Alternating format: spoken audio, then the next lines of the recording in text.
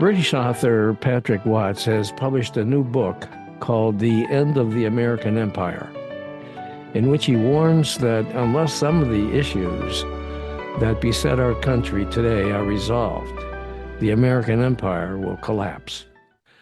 What lies ahead for our country unless changes are made?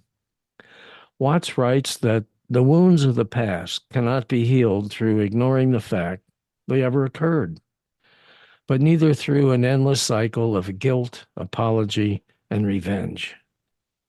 In an increasingly divisive, fraught political climate full of hyperbole, accusation, and online echo chambers, the American people need to remember who they are and why they've ruled the world for almost a century.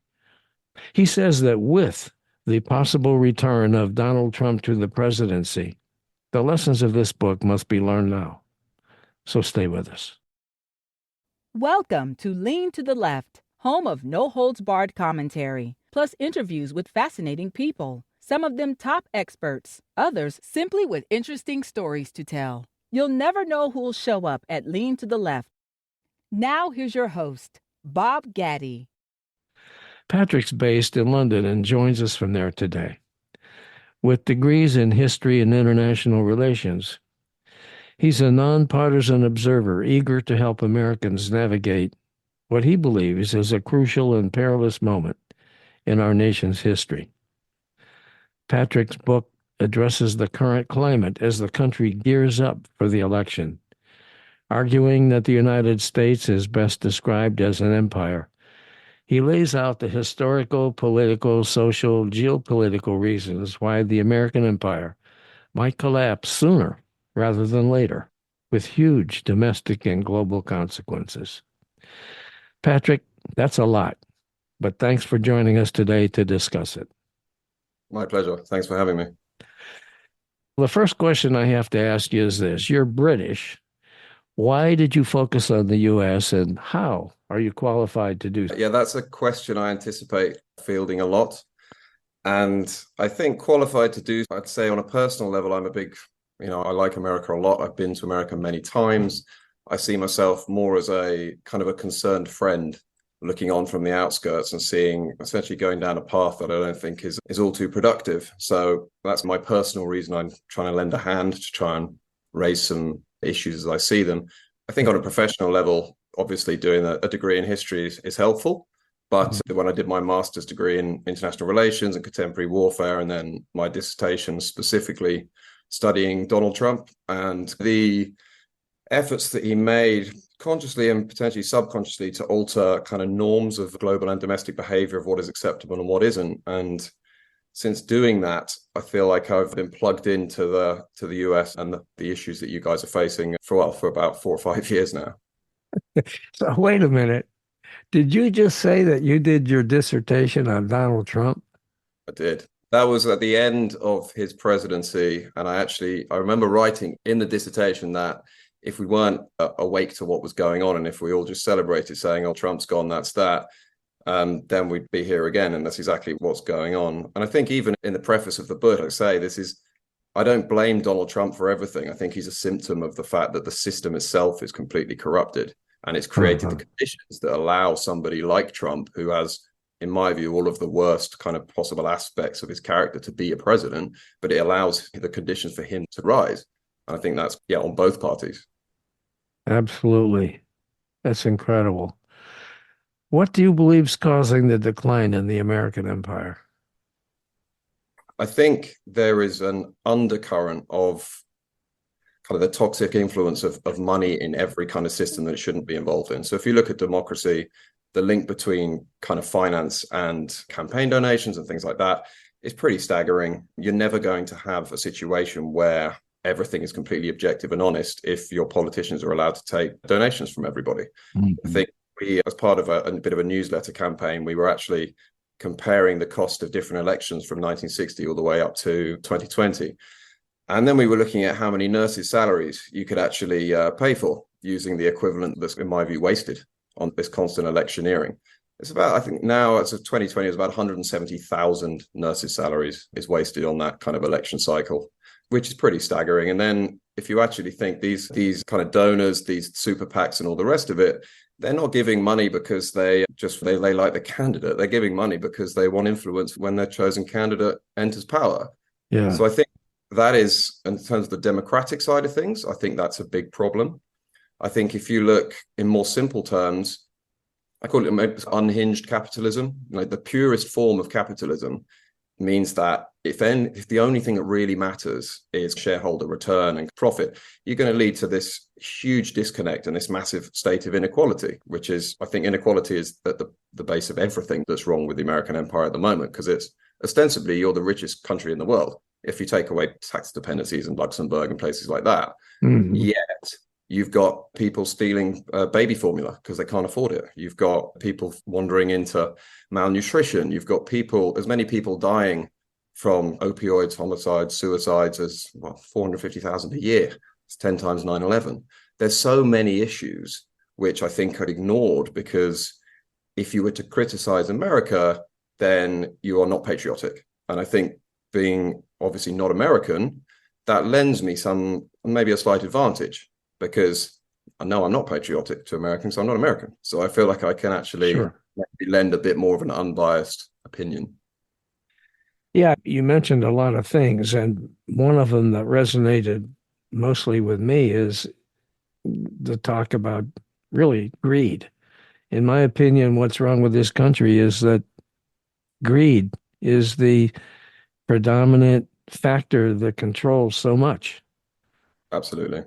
I think the problem as well is it's not just controls America. America has an outsized influence on the rest of the world and has done ever since the end of the Second World War, when the British Empire collapsed and America took over. And that kind of greed-driven model has infiltrated every aspect of the global system. And I think that's the problem. It's profit is put above everything else. And you look at I think it's hypocrisy at the end of the day as well. Like, people don't like hypocrisy. And if you look at kind of the bailouts in 2008, you look at the bailouts for COVID, and they were used to fund things like share buyback schemes. And on the one hand, I think Robert Wright talks a lot about it. He says you've got pure, raw, cruel capitalism for the poor, and you've got socialism for the rich, because a bailout is not capitalism. I think this is the problem. There's so much greed and there is so much kind of money involved that it's in every aspect of the system. You talk about hypocrisy. I don't want to blame everything on the MAGA people, but to me, they suck in, or they just buy into all the hypocrisy that is coming down from Donald Trump and his Republican backers. Yeah, I think, again, there's both parties are to blame. Personally, I don't like Donald Trump. I think he's thin-skinned, capricious, cruel. I feel like a lack of compassion is one of the main problems in America and the world. And I think he kind of exemplifies that. So there's obviously hypocrisy within the Republican Party, hiding behind desks on the 6th of January and then now saying it was just a tourist visit, things like that. Lindsey Graham came up immediately afterwards saying, enough, we've got to get rid of him. And then now he's kissing the ring. But I think there's hypocrisy abound on both sides as well. You look at the main kind of election strategy of the Democrats this cycle seems to be, again, simply just not being Donald Trump. And that's not good enough. You have to give people something to. The reason Obama was elected and re-elected was because he was advertising hope. He was advertising something you wanted to vote for, not just vote against. Mm-hmm. And I think the problem that the Democrats have is maybe ever since they picked kind of Kamala Harris as the VP, they've had this succession problem. And because they shouldn't be running Joe Biden, because they know realistically he's probably not going to make it through the next term, or there should be better candidates, but they're giving voters this kind of forced choice. It's a case of, if you don't like Donald Trump, which many of them don't, obviously, it's like, well, you have to go with Biden then. And if I saw some talk about maybe him even being replaced at delegation by superdelegates, if that happens, then that's dreadful for hypocrisy, because quite rightly, the Democrats are calling out the threat to democracy that is Donald Trump, who tried to stay in power and all of what we all know about. If you then do the same type of thing and parachute in a chosen candidate, that's hypocrisy again. And I think, yeah, this is why Trump is anywhere near the presidency again. It's because people are sick of hypocrisy, and I don't think a lot of people want to vote for Donald Trump. Every time I meet people in America, they don't tell me how much they love Donald Trump. Yeah, no, I know it's a real problem because there are a lot of people, including in the Democratic Party, who would very much like it if there was another candidate besides Joe Biden with his age and so on. But I think the guy's getting the bum rap too. I think he's done a really good job on many issues, despite the headwinds that he has to face. And I don't know how. I'm the same age he is. He's 81 years old, so am I. I cannot for the life of me fathom how he does what he does at his Yeah, age. And, I agree with you 100%. And I think he gets a bum rap purely because he's running again. If you actually look at, his numbers previously and what he actually has achieved, if he said halfway through, I'm going to be a one-term president and I'm going to pass it on, I think he would have gone down in history as one of the better presidents. But because he's seeing it as this kind of crusade to keep Donald Trump out and that he's potentially the only person that can do it, that I think that's what's leading to his unpopularity. Because, I feel like he has got quite a lot done and he has tried to lean across the aisle. I think the problem is bipartisanship is dead at the moment. It's just simply seems impossible. yeah. So yeah, I agree with you. But yeah, if I was, when I'm his age, the last thing I'd want to be doing is running a country or doing what he's doing. Oh my God. The guy's running all over the world doing all this stuff. And at the same time, he's facing all this crap from everybody. He should be going home and playing with his grandkids. And Yeah, he should have his feet up. geez, Play some golf. I don't know. Do some surfing. Not maybe running the most powerful country in the world. Yeah. You mentioned though that Kamala Harris. Are you saying that she's a problem? Is that what you're saying? I think if we go back to when that decision was made, I think there was a large kind of argument for representation. And the idea was there should be a black female who is chosen as VP, which again, I don't disagree with that as a premise. It's good to represent. That does not make you a good candidate. And I think that's what they're finding out now. Stacey Abrams potentially would have been better for that role if we're looking at it that way. There are females, there are black females. It's just to try and choose somebody specifically for that metric and nothing else has left them in a bit of a predicament, because if she was much more popular, I can't see a situation where he would be running again. The problem is because she's not, I think that's why they're in the situation that they are. I think one of the problems is that I don't think he's given her a whole lot to do that would keep her in the forefront of the news. You don't hear much about her. You never really do, though, unless the VP's doing a dreadful job. I can't remember the quote. I was reading it the other day, but someone said it's not, one of the old presidents saying it wasn't worth a glass of piss or something like that. It's a pointless exercise. Are you old enough to remember Dan Quayle? I know the name, but I was not old enough to have remembered him at the time. When Dan Quayle was vice president, I had to go to the White House to interview him for one of my magazines that I wrote for. And he was known for being stupid. And I was walking across the parking lot behind the White House, and he came out to greet me along with a couple of staff people. And this Secret Service station wagon came roaring around the corner, and I grabbed him and pulled on his jacket, and I said, "Mr. Vice President, you're going to get run over." And he goes, "Oh, wow, thanks." Wow. It was just one of those moments that I won't forget that one. Did that fill you with confidence about the abilities of the man? Yeah. Yeah, anyway. Okay, so you use the term American Empire. Why do you call it an empire? I think because regardless of what people might wish to think, it clearly is. It is one. Pre-British Empire, and maybe during some parts of the British Empire, the idea of empire itself was something that wasn't to be feared, and nobody, it was something to be proud of. The sensibilities have changed quite rightly. We've moved away from this idea of conquering and oppressing everybody, but it's throughout history, that is what empire has been. So America has overtly not set out to do that and has not advertised itself as doing that. However, it has an outsized influence over every other nation in the world. Since the end of the Cold War, there hasn't essentially been another power that's had anywhere near parity with it. Militarily, the US spends 10 times more. So it spends the same amount as the next 10 countries combined on the military. The UK used to have a 2-power standard. That was the rule. The UK spent more than the next two. The US is 10. So these are elements of empire. When you then look at the control of the global money supply, you have the dollar as the reserve currency, you have the World Bank and the IMF, you have NATO and the UN, lesser extent now, essentially functioning as a further military arm of that global American influence. So I think, and that's actually, if you don't even look at the commercial side of things and the exportation of the American dream through Hollywood, it means it's everywhere. And it's been an incredible PR kind of coup to present it as completely benign and not looking to oppress, while also look at the actions in South and Central America in the 80s. You have also the Cambodia, Vietnam, etc., Iraq, Afghanistan. These are the type of actions that an empire carries out. And also, if you look at even a more recent example, look at the drone program. Imagine Alexander the Great or Genghis Khan having the ability to assassinate anybody on the planet at any time. That is empire, whichever way we call it.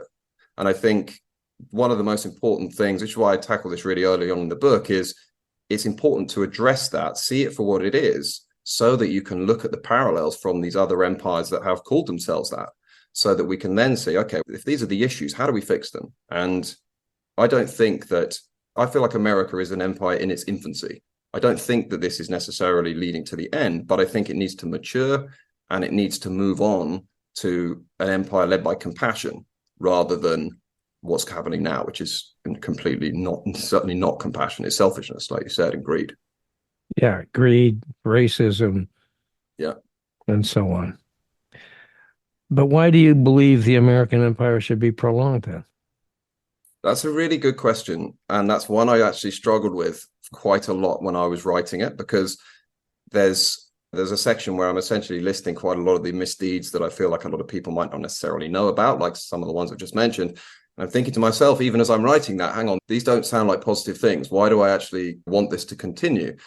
And I guess the point is, if you look at the most viable alternative to American kind of superiority or hegemony, it's not Western democracies.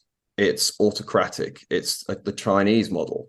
Now, nobody who's lived in a free society wants to live in a surveillance state like that. And I think if you look at what America has going for it, it's, if you take the politicians aside, I'm going to, generalize there, but the majority of the politicians, as I see it, aside, the American people themselves, I think, they, at their heart, they believe in these lofty rhetoric, these ideals of freedom and equality and things like that.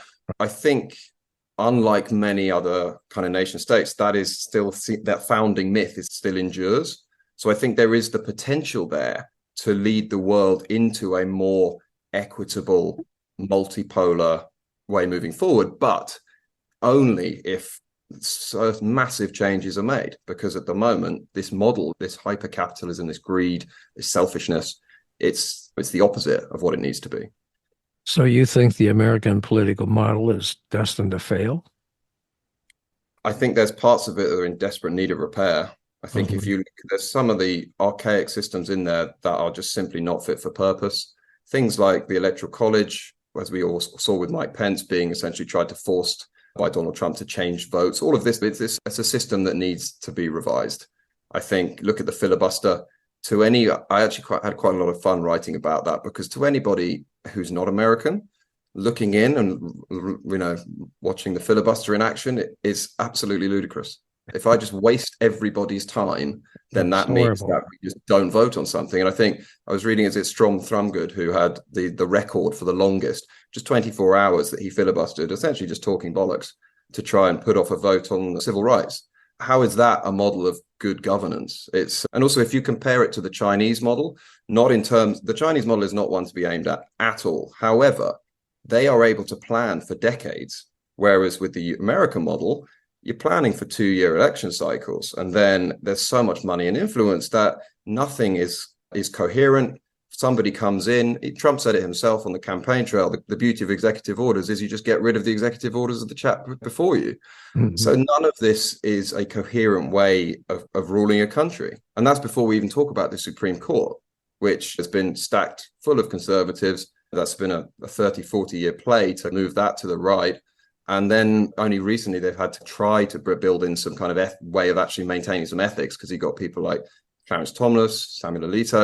There's so many problems in there. And most of the time, I think the public kind of ignore what happens within the Supreme Court because they've got millions of other things to do. But when it comes to Roe versus Wade, that is huge. And eventually people will turn around and say, hang on, like, who is this working for? None of this is working for me. I didn't agree to any of this. Exactly. Yeah. I've had, in the last couple months, I've had, I don't know how many, probably 3 guests on my podcast who have predicted in one way or another American Civil War resulting from all the chaos that's currently taking place and the hate and the divisiveness. What do you think about that? I think it's a tragedy that it's got to a situation where that is what many people are thinking and saying. I don't think they're a million miles from the truth, but I also think it's something that's thrown around and shouldn't be maybe used flippantly, because nobody obviously in America today was around for the first Civil War, but a Civil War is a tragedy, and it is a modern American Civil War would be very different to the previous one. It'd be more guerrilla actions and targeted assassinations and things like that. But it's still a dreadful scenario. And I think everything that should be done to try and avoid that. And I think a part of what I'm trying to do with this book is there's a lot of kind of harsh realities in there, is to try and wake people up a little bit and say, you guys are all Americans. And you've moved away from that, in my views, in the last maybe 15, 20 years, going from being Americans to being Democrats and Republicans. There's a really good book, actually, Matt Taibbi, called Hate Inc. And it was all about how essentially the media realized that there were no credible enemies outside of you guys after the 2000s. So essentially just got everybody to hate each other. So supporting your political party became like supporting your football team or your NBA team.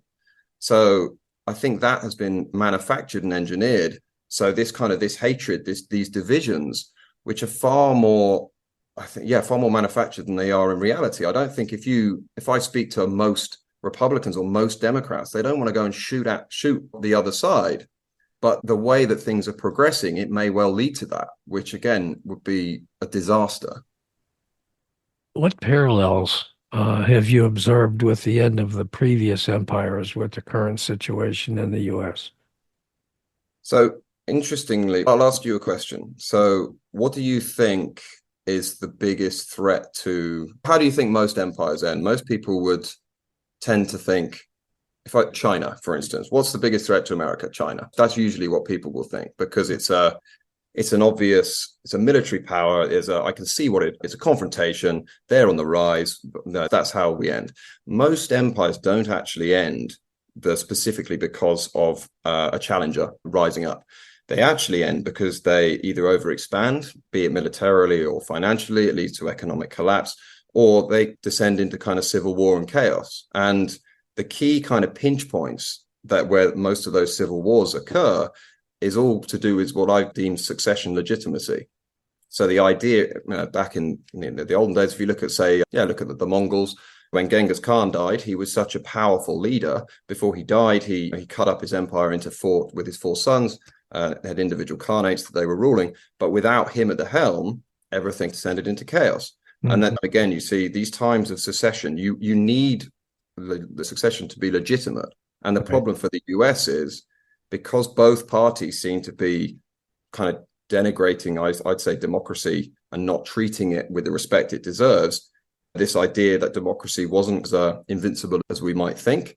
Then when obviously Bernie Sanders was well, it's screwed is the best way of putting it, so that he was not going to be chosen as the candidate because Hillary was the anointed one. Again, then following that, obviously you had Hillary's loss to Trump. And I think that would have been a useful come to Jesus moment for the Democrats to have a real good look at themselves. Why did we lose? And instead of doing that, they just blamed Russia. And I'm not saying there's no smoke without fire, and there obviously was interference, but that wasn't the takeaway message. The takeaway message should have been, hang on, people don't like the fact that we put up a candidate. We've actually got rid of a progressive candidate who's actually for the people, and we just installed who we want. And then obviously that leads inexorably to Trump calling out the big lie and fake all of the lies that he created around the election. Yeah. You were talking about China. Do you believe China is the biggest threat to the United States? Apart from the US itself, I said it's the biggest external threat. But also, if you look at China historically, China's always practiced strategic patience. Again, it depends how we define threat to the US. I don't think that China's about to attack the mainland US anytime soon, if ever. Also, as we said, militarily, the US is so much stronger than China. I don't think they intend to do that. I think they intend to flex their muscles around their own backyard, so to speak. And that's what we're seeing with building in the South China Sea and all the tensions obviously around Taiwan, which is going to be a potential huge flashpoint, I don't know, in the next couple of years, it seems.